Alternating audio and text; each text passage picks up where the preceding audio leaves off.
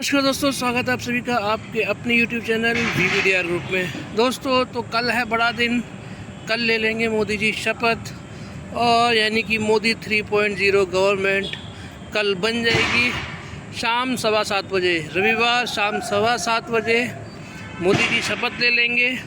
और ये 7 फॉरेनर जो हैं, हमारे जो बड़े फॉरेनर्स हैं, यानी कि फॉरेन लीडर जो हैं वो हमारी ओथ मोदी जी की शपथ के कार्यक्रम में भाग लेंगे, जिनको इनवाइट किया गया है।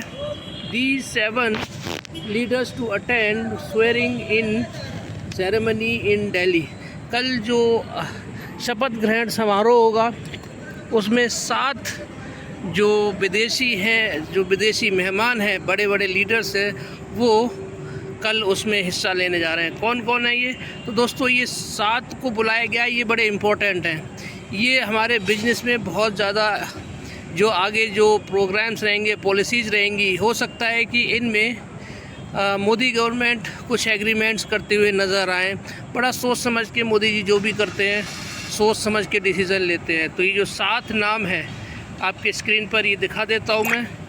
ये देखिए, श्रीलंकन प्रेसिडेंट रनिल विक्रमासिंघे, ये श्रीलंका के प्रेसिडेंट है, ये कल ओथ सेरेमनी में भाग लेंगे। मालदीव्स की प्रेसिडेंट है मोहम्मद म्यूज़ू, ये भी कल जो शपथ ग्रहण होगा उसमें शामिल होंगे।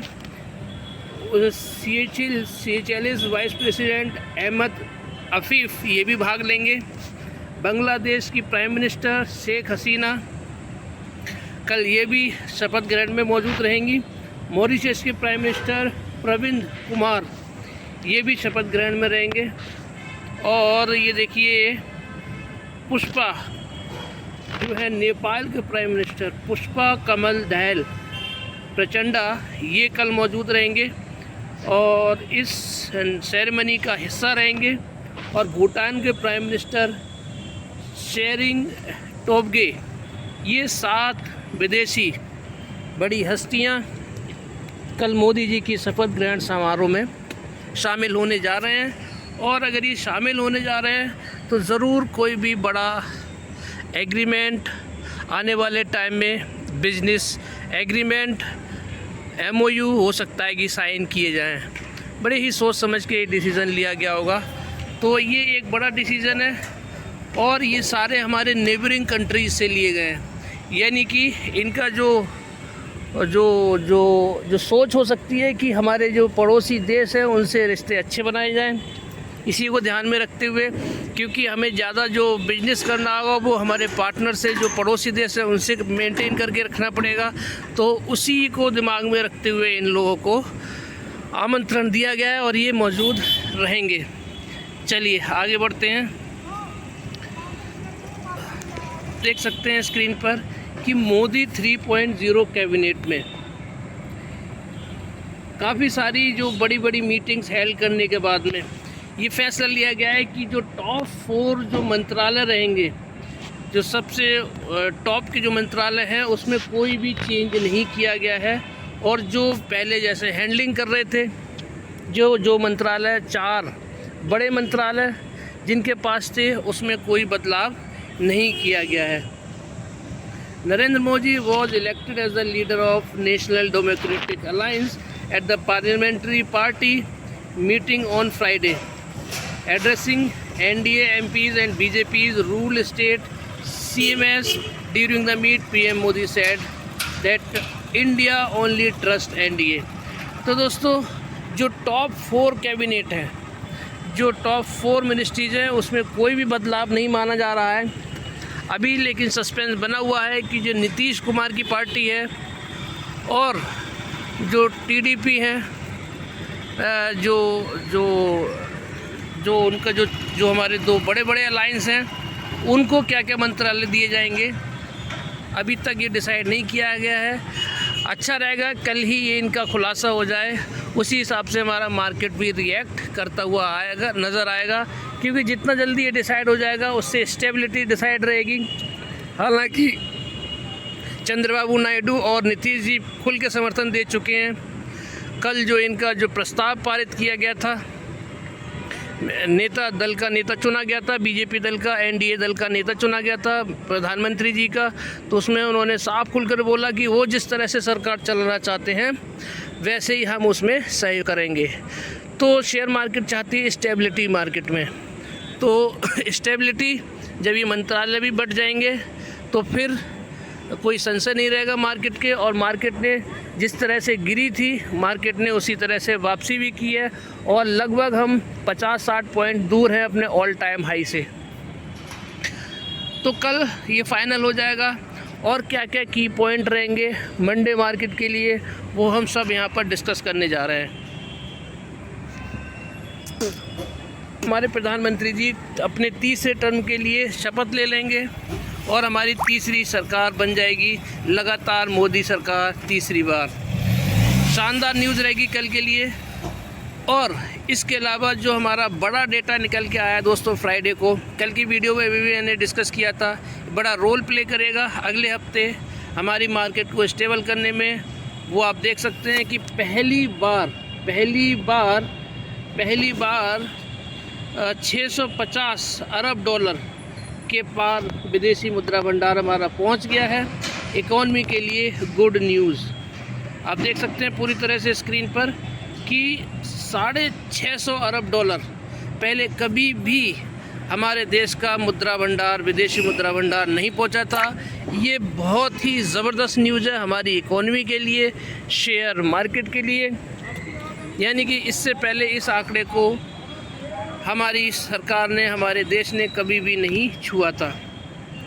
आप देख सकते हैं पहली बार 650 अरब डॉलर के पार विदेशी मुद्रा भंडार, इकोनॉमी के लिए गुड न्यूज़। रिजर्व बैंक के आंकड़े के अनुसार 31 मई को समाप्त सप्ताह में विदेशी मुद्रा भंडार के सबसे बड़े सहायक विदेशी मुद्रा परिसंपत्ति 5.1 डॉलर की ज़बरदस्त बढ़त के साथ में 572 अरब डॉलर पर पहुंच गया है। शानदार न्यूज़ है दोस्तों। देश की इकोनॉमी को लेकर एक और अच्छी खबर आई है। शेयर बाज़ार के बाद अब विदेशी मुद्रा भंडार के मोर्चों पर भी नया रिकॉर्ड बना है। आप देख सकते हैं 651 अरब डॉलर के पास में हम पहुंच गए हैं। पिछले सप्ताह जो विदेशी मुद्रा भंडार था वो 2 अरब डॉलर गिरा था हमारा, यानी उसमें घाटा हुआ था। और कहाँ पे पहुंच गया था? 646 अरब डॉलर पर।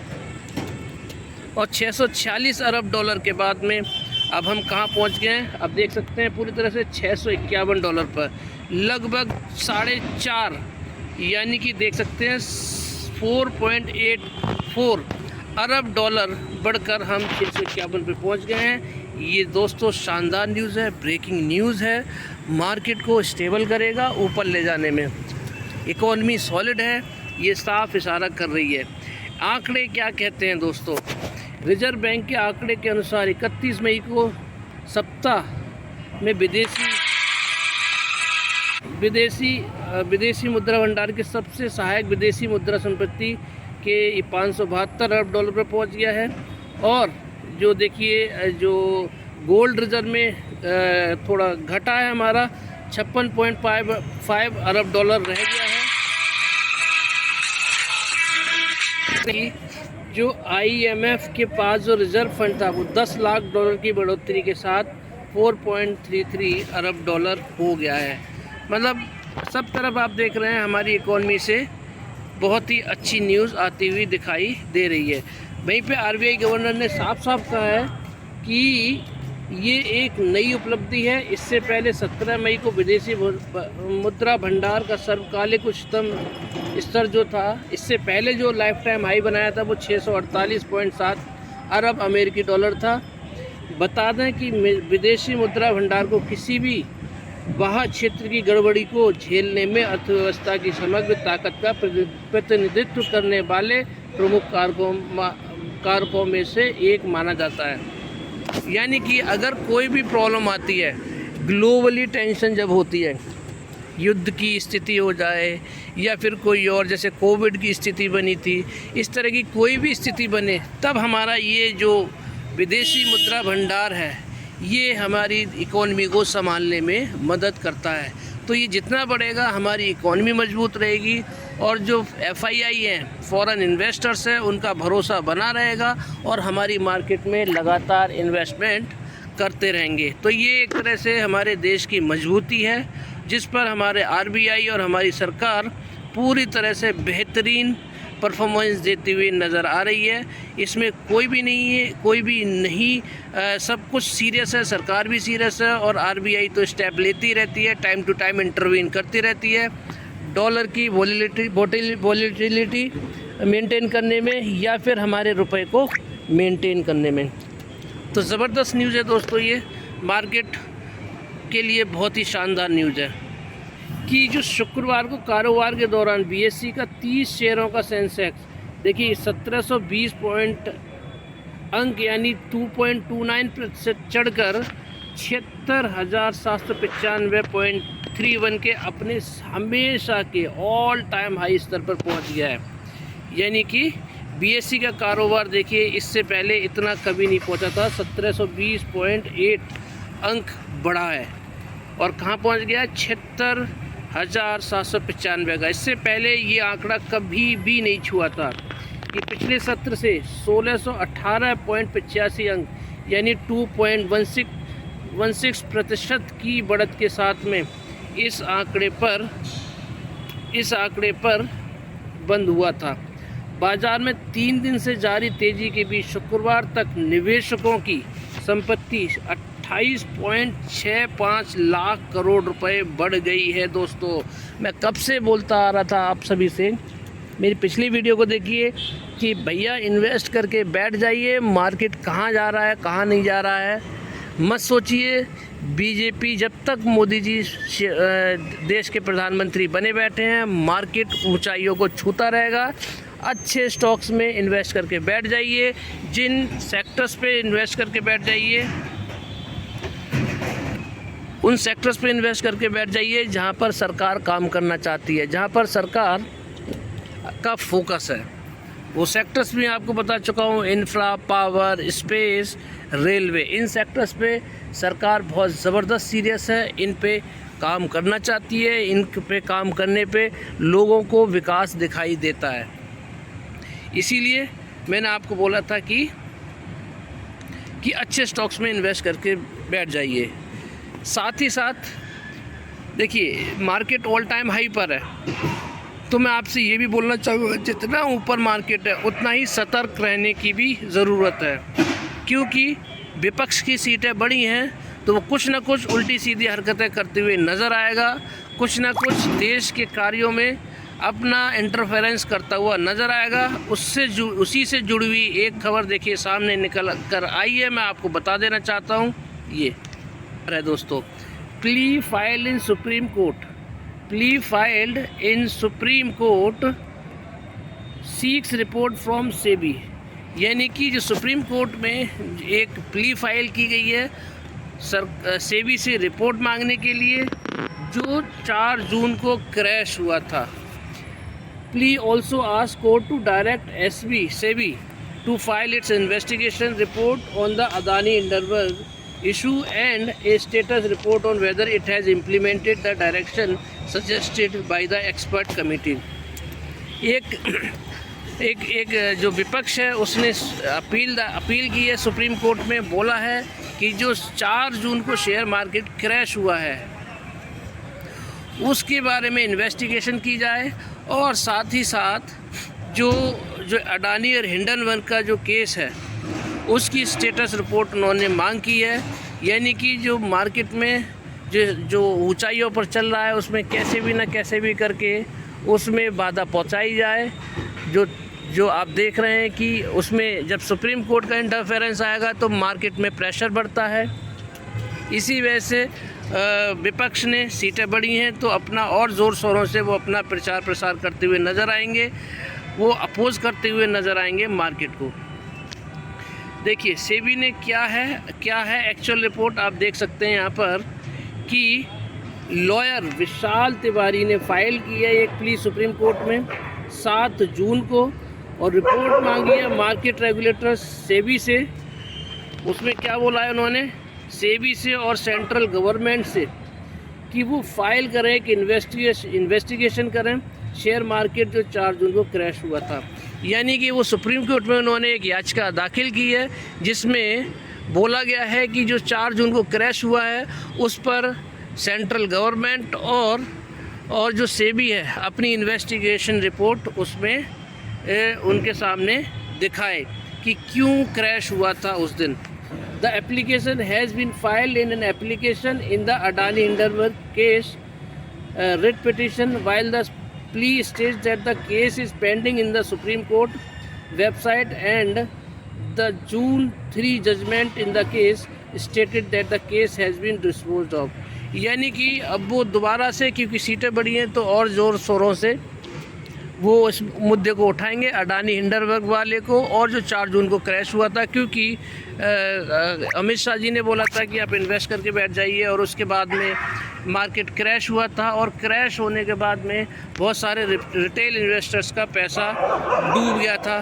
तो उसी के एवज़ में उन्होंने बोला है कि भैया इसकी इन्वेस्टिगेशन रिपोर्ट दी जाए। प्लीज ऑल्सो आप देख सकते हैं यहाँ पे, while the court directed the market regulator to implement reforms suggested by the expert committee, it has not filed any document on whether these reforms had been implemented.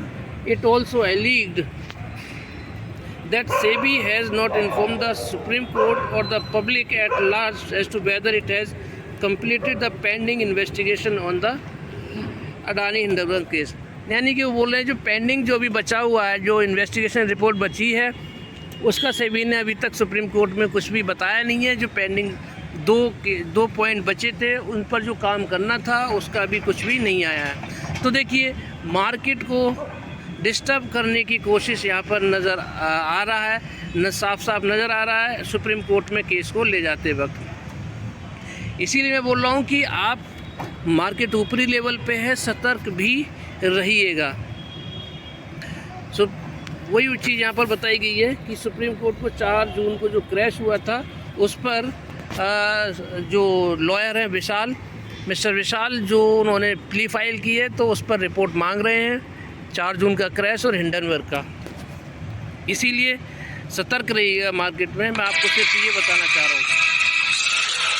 मैंने आपको कल भी बताया था कि देखिए जो DII है वो उन्होंने 1289 करोड़ की बिकवाली की है, वहीं पर FII ने 4391 करोड़ की ख़रीदारी करके गए हैं। ये अच्छी बात है कि जो FII है वो वापस लौट के आ गए हैं, ख़रीदारी करिए। हमारा नेट जो निकल के आ रहा है वो FII DII का नेट डेटा निकल के आ रहा है, उसमें लगभग 3200 करोड़ की बिकवाली करके गए हैं। वहीं पे अगर देखेंगे कल मंडे की मार्केट के लिए तो गोल्ड में गिरावट है, अच्छी खबर है, कॉपर में भी गिरावट है, ये भी अच्छी खबर है, और क्रूड और ब्रेंट ऑयल दोनों में गिरावट है। ये मार्केट के लिए पॉजिटिव और शानदार न्यूज़ है। नेगेटिव क्या है?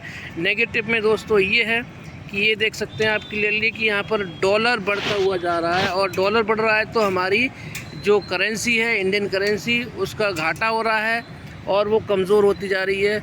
तो ये अगले हफ्ते जो हमारे जो फॉरेक्स का डेटा आएगा वो घटकर आएगा। ये थोड़ा सा नेगेटिव न्यूज़ बना हुआ है। वहीं पे आप देखेंगे कि जो क्रिप्टो करेंसी है उसमें भी बिकवाली देखने को मिल रही है। तो आपको ये बोल रहा हूँ कि मंडे के दिन ये साफ इशारा कर रहा है। वहीं पे बॉन्ड डील देखिए आप, बॉन्ड डील को अगर आप देखेंगे तो US बॉन्ड डील में भी तेज़ी, हल्की फुल्की, ज़्यादा बड़ा पेन नहीं है लेकिन तेज़ी दिखाई दे रही है।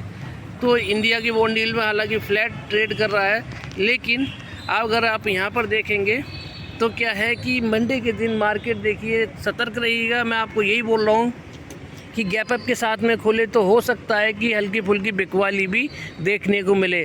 प्रॉफिट में अगर आप आ जाते हैं तो आप प्रॉफिट बांध कर मार्केट से निकल भी सकते हैं। इसीलिए ऊपरी लेवल पे रहें। ऊपरी लेवल पे मार्केट है, मार्केट क्योंकि मोदी जी शपथ लेंगे तो हो सकता है गैप अप भी खुले, और गैप अप होना भी चाहिए।